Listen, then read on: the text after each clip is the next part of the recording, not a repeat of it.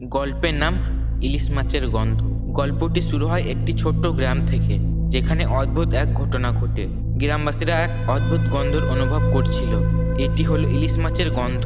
গ্রামে এমন একটি বিশ্বাস প্রচলিত হয়েছিল যে এই গন্ধ অনুভব হয় তখন কিছু অশুভ বা অস্বাভাবিক কিছু ঘটতে পারে।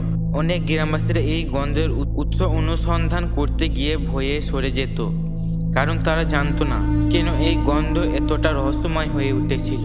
একদিন শহর থেকে এক যুবক সেই গ্রামে বেড়াতে আসে। গ্রামবাসীরা তাকে এই গন্ধের ব্যাপারে সতর্কতা করে দেয়, তবে যুবকটি এতে তেমন গুরুত্ব দেয় না। সে মনে করে এটি হয়তো কোনো সাধারণ ঘটনা। কিন্তু একদিন রাতে যুবক যখন গ্রামের দূরে একটি পুরনো বাড়ির পরিদর্শন করতে যায়, তখন তার সামনে আসতেই থাকে এক অদ্ভুত গন্ধ, ইলিশ মাছের গন্ধ।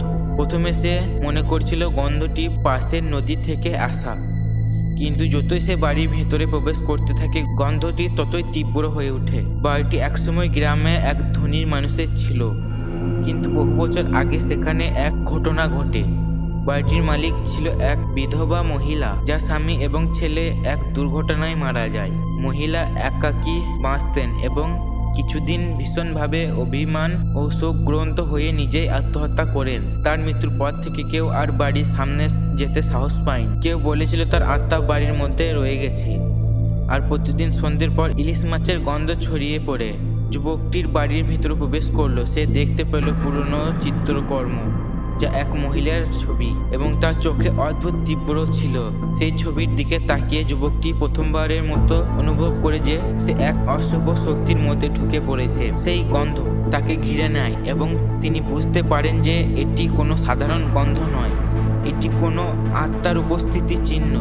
যুবকটির গন্ধের দিকে আরো বেশি আগ্রহী হয়ে উঠল এবং বাড়ির ভেতরে আরো অদ্ভুত ঘটনা সে আরো বোঝার চেষ্টা করে। একদিন যুবকটি গ্রামবাসীদের সঙ্গে কথা বললে জানতে পারলো যে বহু বছর আগে ওই মহিলাটির সাথে ঘটে যাওয়া ঘটনার পর থেকে বাড়ির চারপাশে ইলিশ মাছের গন্ধ উপস্থাপনা দেখা যায়।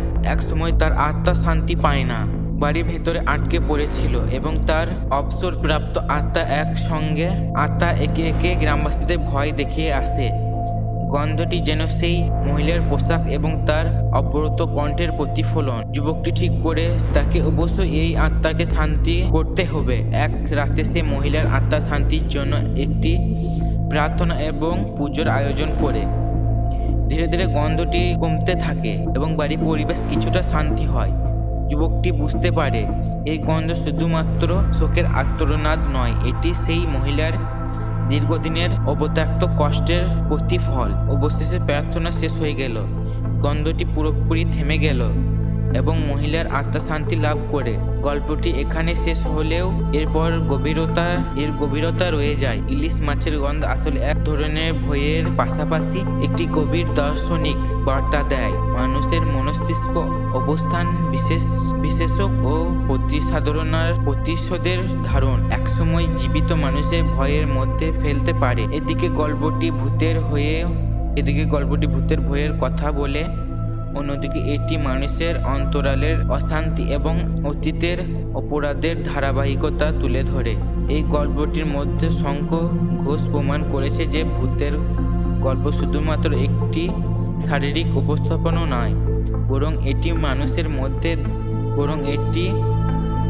মনের এক ধরনের ভূত। যখন মানুষের মধ্যে অতীতকে শোক, অপরাধ এবং হতাশা জমে থাকে, তখন তার জীবনের উপর গভীর প্রভাব ফেলতে পারে। ইলিশ মাছের গন্ধ অশুভ শক্তি উপস্থাপনা নাড়িয়ে দেয়, যা এক সময় মানব মনের গভীর চিহ্ন প্রতিফলন হয়ে ওঠে। গল্পটি তাই শুধুমাত্র ভূত-প্রেত গল্প নয়, বরং এটি মানুষের মস্তিষ্ক এবং অতীতের প্রভাব একটি শক্তিশালী চিহ্ন।